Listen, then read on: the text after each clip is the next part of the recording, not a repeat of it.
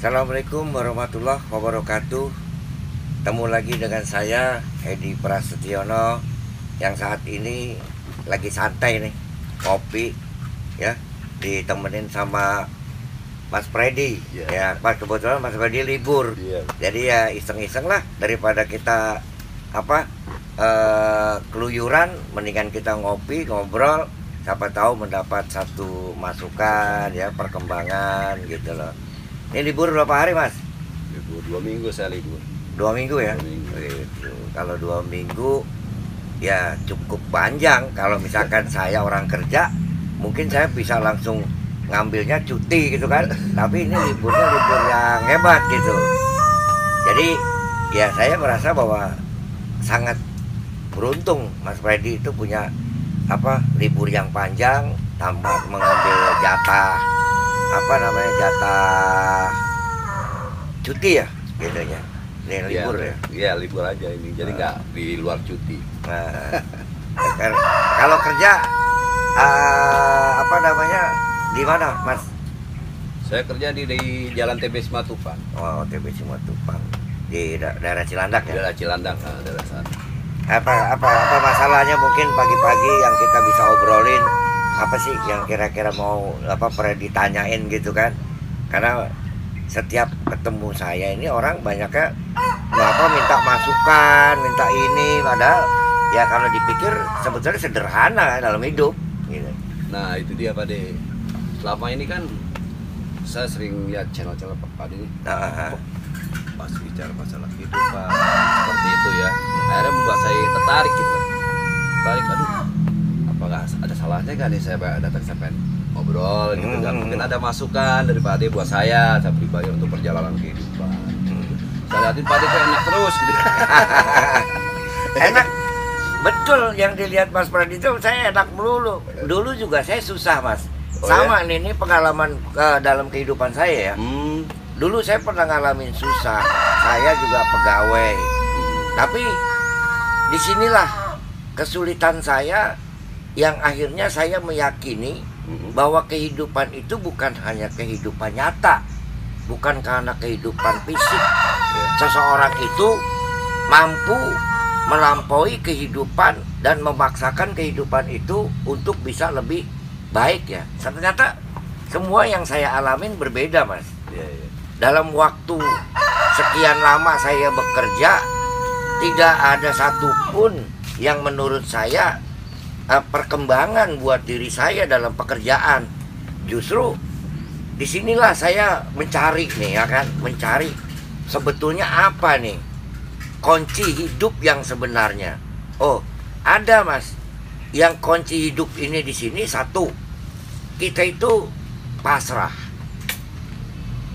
Pasrah terhadap keadaan, pasrah terhadap Yang Maha Kuasa. Karena sadar atau tidak sadar, hidup ini sudah ada yang ngatur. Nah, kebanyakan nih, kita banyak maunya ngatur, iya kan? Ngatur yang punya hidup. Nah, itulah yang jadi masalahnya. Ya, memaksakan doa, kita pengennya ini, pengennya itu, tapi nyatanya apa yang diinginkan Tuhan itu juga berbeda. Oh, maksudnya dalam arti keinginan yang berlebihan gitu ya Pak De. Jadi saya pengen A gitu. Jadi karena nggak sesuai dengan diri, ya kan mentok juga Pak De ya. Seperti itu ya. Gimana? Mentok. Kenapa? Satu ya, bahwa kita itu kadangkala lupa bahwa kita di lahir ini ada yang namanya dua, lahir batin. Nah, kadang-kadang orang itu hanya bicaranya tentang lahiriah, ya, tentang sekolah, akademi, ya kan, tentang masalah pergaulan. Dia bicara organisasi dan lain-lain, memaksakan bahwa fisiknya itu mampu, otaknya mampu dan sebagainya. Tapi ada juga sebetulnya setelah dia jalanin itu ternyata mentok, gitu kan? Ya, kenapa? Batinnya ya itu tidak terisi juga. Yang kadangkala kita sudah di tingkat atas juga, ya kadangkala juga bingung. Bingungnya apa? nggak ada rasa kebahagiaan di batin itu. Iya, iya. Itu loh Mas. Jadi orang kebanyakan itu fisik aja, berjalan lahirnya aja, dia rutinitasnya itu. Tapi ada sebetulnya yang di dalam juga yang menuntun, yaitu namanya batiniah. Batiniah ini ya kalau kita bicara batin, ya nggak ada yang tahu batin itu, tapi ada rasa dalam batin. Itu penting itu. Rasanya ada itu. Rasa batin. Ya, salah satu, ya itulah perjalanan hidup saya ya. Yang dulu orang melihat saya ya seperti apa adanya, saya kerja dan sebagainya. Nah sekarang saya sudah tidak bekerja nih. Dalam arti kata, saya bisa menikmati hidup saya. Dengan tidak bekerja malah saya bisa menikmati hidup. Kenapa saya katakan bisa menikmati hidup? Disitulah baru saya berpikir bahwa bukan hanya harta, bukan hanya rupiah yang bisa membuat kita itu menjadi bahagia. Tapi ada kebahagiaan lain yang sifatnya, kalau dulu saya nggak bisa jalan-jalan, sekarang saya bisa jalan-jalan gitu loh. Nah itu yang bingung pada saya. Karena selama ini kan saya sering mohon maaf ya Pak ya, sering liatin Pak kok enak terus, bisa jalan sana, bisa jalan sini, gitu kan, kok seperti ini. Jadi timbul rasa saya pengen tahu gitu Pak dalam perjalanan hidup, wah harus seperti apa nih saya nih? Apakah saya bertanya Pak gitu ya biar lebih baik, apa sih yang harus ini seperti ini. Oh dia ternyata keinginan saya itu terlampau berlebihan, akhirnya jadi menghambat perjalanan gitu kan, oh ini berarti ada yang harus saya kurangin, ada juga yang harus saya pelajari gitu kan, nah, ada juga yang harus saya bertanya nih yang saya tidak tahu gitu kan. Saya datang sambil ngopi. Ya. Jadi buat Pak Edi ya, artinya melihat saya senang gitu kan, kesana kesini. Cuma Freddy juga kan belum tahu perjalanan saya yang sebenarnya dulu ya. Jadi senang atau tidak senang tuh kembali lagi pada kita. Dan saya percaya dalam hidup ini ada yang ngatur dalam kehidupan kita yang tanpa kita sadari, dan kita kadang-kadang melawan dengan akal dan pikiran. Makanya saya bilang kepasrahan kita terhadap hidup ini. Nah, yang paling jelas nih di sini yang saya katakan, kita ini punya hidup. Hidup ini salah satunya adalah kita punya Tuhan. Nah, kita kadangkala keluar sepertinya sudah cukup keluar ya, doa dan sebagainya. Tapi ada yang kurang mungkin kalau menurut saya. Ini menurut saya. Orang lain boleh punya persepsi sendiri, punya analisa sendiri. Tapi menurut saya ada yang kurang pada saat itu. Kurangnya apa? Saya ternyata kurang memperhatikan yang hidup di dalam diri saya ini. Gitu loh. Makanya saya sarankan nih sama Mas Freddy ya. Ya mungkin juga menyarankan juga buat pribadi saya yang selama ini saya jalanin, yaitu mendoakan diri kita sendiri. Ya diri kita nih. Kita selalu mendoakan orang kayak keluar. Tapi kita kapan didoain sama dalamnya kita ini minta doa kan? Tapi kapan kita mau kasih dia? Gitu loh Pak. Jadi doa itu boleh keluar juga ke dalam. Nah sekarang contoh di dalam lah. Kalau kita sakit mah nih, salah satu nih yang saya katakan sakit mah, kita kan selalu meminta kepada Tuhan, ya Allah, sembuhkanlah mah saya gitu loh. Ya ini kan keluar ya. Tapi ke dalam dia kan juga usus itu kan hidup ya. Tapi usus itu sendiri tidak pernah yang dinamakan usus itu kita colek, kita bilangin, ya usus tolong dong jangan kasih saya sakit gitu kan. Saya udah minta nih sama yang Maha Kuasa, jangan saya dikasih sakit. Nah, usus ini kan juga hidupnya di dalam diri kita. Nah, mudah-mudahan dengan komunikasi luar, dengan komunikasi dalam ini, kita itu bisa menjadi sehat. Nah, usia saya ini sekarang juga udah cukup, udah di atas 60, yang alhamdulillah sampai dengan saat ini saya dikasih sehat. Apalagi 2 tahun loh kita nih kena pandemi, ya kan? Iya. Wih, serem itu kena pandemi, ya nggak? Iya, emang selama ini saya akuin ya Pak De, saya tuh berdoa keluar terus ya. Untuk diri saya, betul itu saya sadari gitu. Oh ini rupanya ya. Saran saya nih Mas Freddy ya. Jadi kita punya nama ya. Nama ini kalau kita kaitkan dengan gaib, dengan alam yang tidak kelihatan, ya. Nama itu sendiri di dalam badan kita ini nggak ada nih, ya kan? Yang ada adalah dari ujung rambut sampai ujung kaki itu ya manusianya kan gitu kan. Tapi kita diberikan nama nih oleh orang tua kita. Nah, nama ini nempel dalam kehidupan kita. Setelah dia nempel, dia mengikuti kita dari mulai kecil sampai kita dewasa. Itu kalau nggak ditegur orang dari luar, ya kan, kita nggak tahu siapa nama kita sebetulnya. Iya. Ya. Nah, disinilah yang katakan kita itu mau tahu tentang kehidupan kita, ya kita juga harus tahu dulu siapa diri kita gitu. Nah, diri kita ini, saya Edi, ya kan? Kalau saya duduk sendirian, nggak ada orang, terus siapa yang manggil saya Edi kan gitu Pak ya? Iya. Kan nggak ada. Nah, jadi itulah yang pertama saran saya. 1, kirimkanlah doa buat si Edi atau ya Freddy itu yang hidup dalam badan kita itu. Itu yang pertama, 1 itu kirimin doa, ya kan? Agar apa?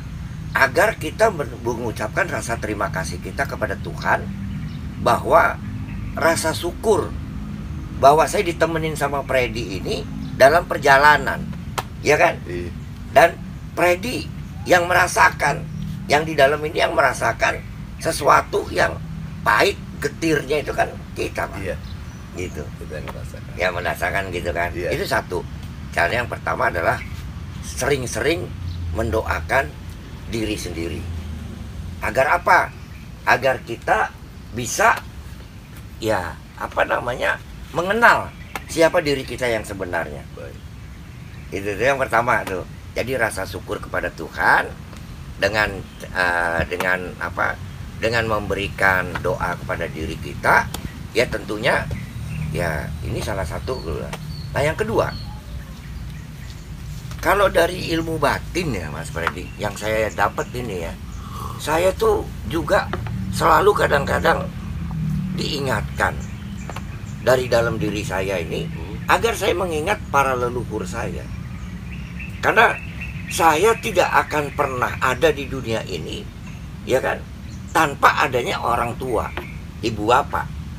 Makanya di samping saya mendoakan diri saya, yang pertama ini dalam versi hidup saya ya.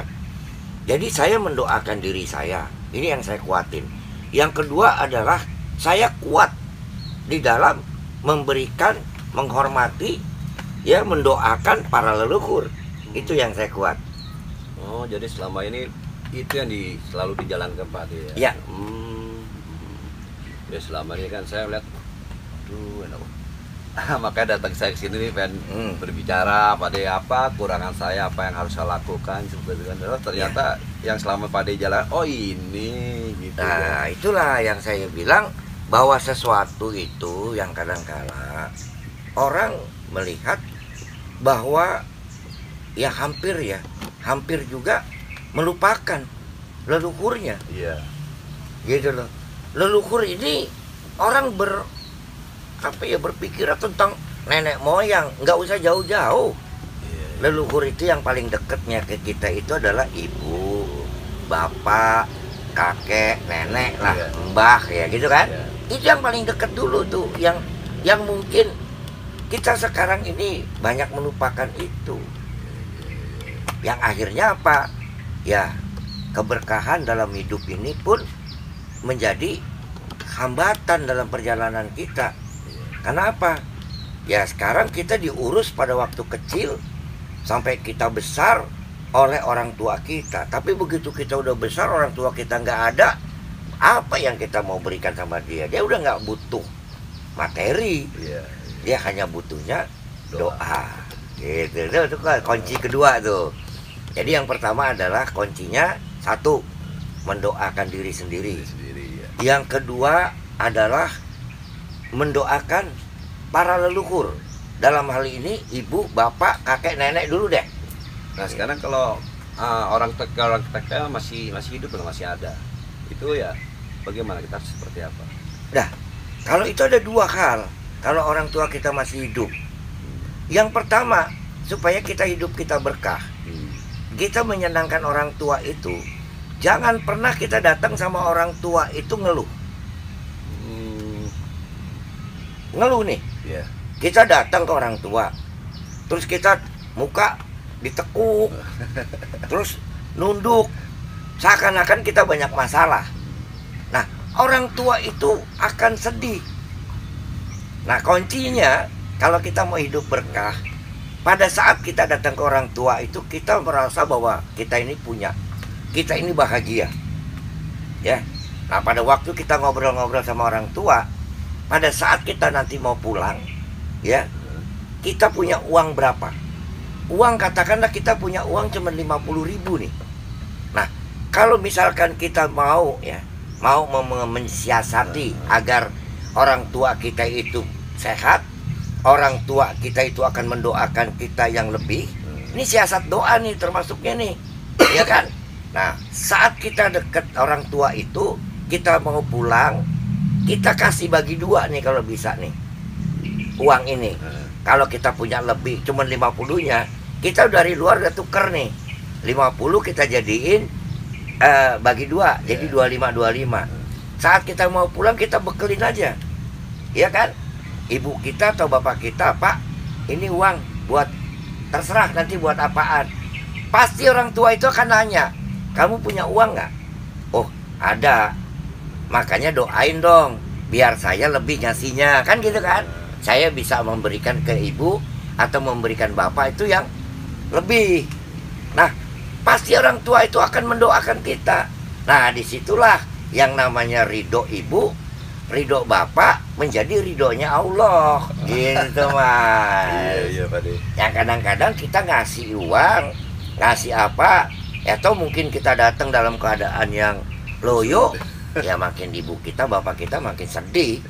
Nah, kesedihan beliau sebagai orang tua itu akan menjadi pula kesedihan yang namanya Tuhan mungkin ya, melihat kondisi ibu kita sedih, Tuhan juga, waduh ini gimana nih anaknya gitu kan. Anak ini nggak ada menyenangkan orang tua gitu. Itu kunci juga tuh, kunci doa tuh. Jadi banyak masukan dari Pak Ade. Aduh, alhamdulillah banget ini bisa ketemu. Nah, ya. Susah ketemu Pak Ade loh. Pergi-pergi terus. Kadang-kadang lewat depan rumah, wah Pak Ade nggak ada. Lewat depan rumah, wah Pak Ade nggak. Bu, Pak Ade ada? Nggak ada, lagi pergi. Aduh. Tapi alhamdulillah banget rezeki buat saya nih. Itu ya, itu kan yang namanya rezeki kan, berarti kan rezeki kan bukan hanya uang. Rezeki itu kan juga termasuk kebahagiaan yang tanpa uang pun bisa bahagia kan. Nah, kita ngobrol gini aja bisa ketawa aja namanya bahagia. Iya kan? Bukan uang yang membuat kita bahagia dan bukan menjadi prioritas, tapi kebahagiaan lain tuh banyak. Nah, maka carilah kebahagiaan itu untuk menjadi sesuatu yang bisa setiap saat kita munculkan. Kenapa? Seandainya kita itu kelihatan di masyarakat, kita ngobrol sama tetangga, kalau kita nggak bahagia, bagaimana kita mau ngobrolnya itu senang? Ya nggak?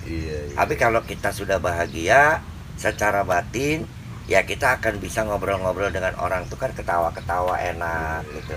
Orang nggak lihat kamu ketawa-ketawa punya uang, enggak. Pasti orang cuman ketawa-ketawa senang nih. Iya. Kadang-kadang orang hanya lihat fisik luarnya aja Pak ya, nggak lihat dalamnya ya.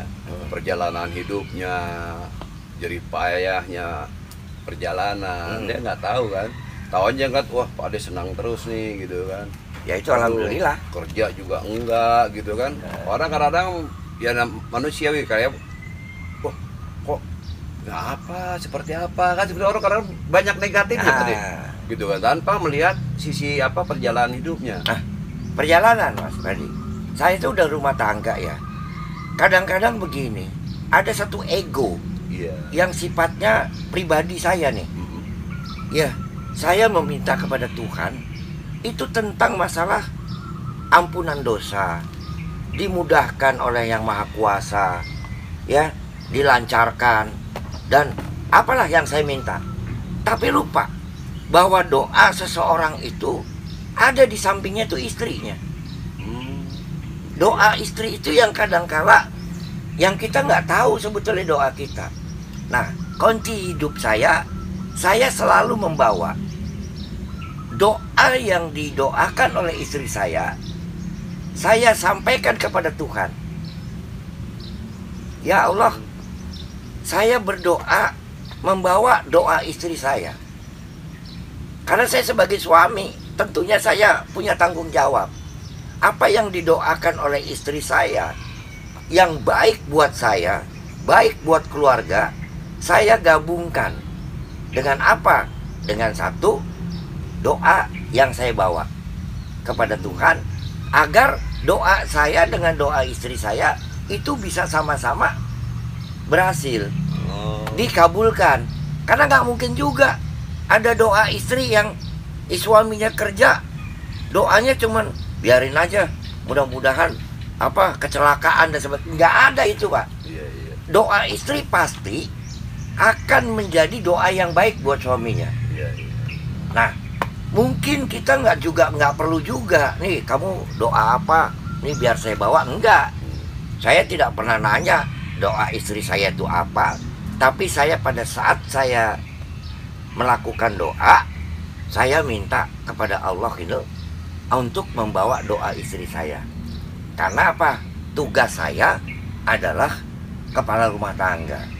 Nah, berkewajiban membawa rumah tangga ini ya menjadi tanggung jawab saya, dan itu kepada Tuhan. Gitu. Nah, itu kunci doa juga, Mas. Ya, jadi yang saya katakan ada 3. Yang pertama, 1 itu doa kepada diri kita juga. Yang kedua, mendoakan para leluhur. Nah, yang ketiga adalah membawa doa kita dengan doa istri kita pada saat kita berdoa kepada Tuhan. Agar apa? Agar doa berdua ini bisa sampai kepada Tuhan Yang Maha Kuasa untuk dikabulkan. Katakanlah doa suaminya gak kuat, tapi doa istrinya kuat, tapi Tuhan memberikan. Nah, kalau gitu doa dari istrinya nih yang akan bisa dikabulkan, kan gitu. Nah, inilah salah satu yang rahasia doa-doa itu untuk supaya dikabulkan. Tapi ya saya juga mendoakan Freddy nih ya kan, semoga Freddy bisa dikabulkan semua doanya, termasuk mungkin juga teman-teman yang dekat sama saya, agar yang namanya Allah ini memberikan menerima doa-doa mereka yang baik-baik ya, agar dimudahkan dalam urusannya, dilancarkan dalam pekerjaannya, ya kan? Kalau mungkin dia dalam keadaan yang sakit, mungkin dapat disembuhkan. Nah, ini untuk semua teman-teman, bukan hanya untuk kita, tapi untuk semua orang yang menonton ini pun kita ajak nih, agar mari kita berdoa kepada Yang Maha Kuasa, agar apa yang menjadi hambatan kita, apa yang menjadi kendala kita dalam hidup ini bisa dimudahkan oleh Allah Subhanahu wa Ta'ala. Amin, amin, amin. Ya, mudah-mudahan pemirsa juga bisa bisa ikut gitu. Terima kasih banyak Pak Dene Wejangan ini. Aduh, ternyata telah kita cross check ke diri tuh. Waduh, baru ngomong begini aja udah banyak banget. Nah, banyak Mas Freddy. Banyak kekurangan saya yang harus saya perbaikin gitu. Aduh, terima kasih banyak. Semua Mas Freddy butuh nasihat.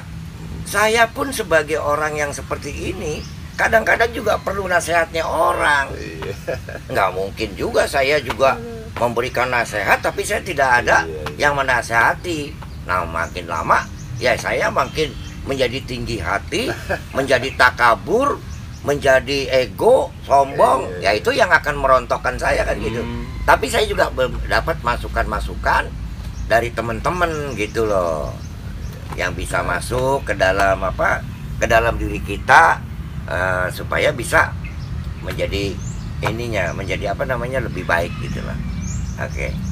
Ya, saya rasa itu yang menjadi tuntunan kita, agar kita itu bisa memberikan sesuatu yang bermanfaat buat orang, ya kan? Jadi kunci doa nih satu, saya katakan satu adalah doa untuk diri sendiri, jangan lupa doa kepada leluhur. Nah, doa kepada leluhur ini kan sampai ke Nabi, sampai kepada orang-orang yang mengajarkan kita kebaikan, termasuk ya para pahlawan yang sudah memerdekakan negara Republik Indonesia ini. Nah, itu siapa yang mau mendoakan kalau memang generasi kita ini nggak mau mengerti tentang perjuangan? Ya para pahlawan. Ya kebetulan kita hidup di negara Indonesia, ya ada hari pahlawan. Ya sekali-sekali juga kita kan juga harus mendoakan mereka itu kalau perlu pun setiap waktu gitu kan, Mas. Jadi itulah yang bisa kita terjemahkan dalam pertemuan pagi ini. Ya mungkin yang ada menarik lagi nanti kita tarik ya, untuk kalau kita sudah masuk ke dalam diri kita pada saat kita di dalam kandungan, ya kan, kita keluar, itu kita akan kupas tuh yang namanya ari-ari, ya kan. Semua orang di daerah kita ini, ya kita hidup tuh kenal tuh sama ari-ari, ya. Apa ari-ari, dan kebanyakan ditanam ya, ari-ari itu ditanam. Itu. Tapi ada juga sebagian orang yang ari-arinya tuh dibuang atau dilarung, gitu Pak. Nah, ini menjadi filosofi nih, menjadi filosofi dalam kehidupan. Kenapa? Bahwa ada ragam suku budaya yang akhirnya tentang ari-ari ini juga banyak yang kepercayaannya ditanam, ada kepercayaannya itu dilarung, ya, di laut, yang saya juga nggak ngerti seperti apa gitu. Tapi saya nanti kita bahas lagi ya tentang ari-ari. Saya rasa itu dulu mungkin yang bisa kita ini. Sekarang kita bahas. Saya mau ke belakang dulu nih bentar. Oh iya Pak De.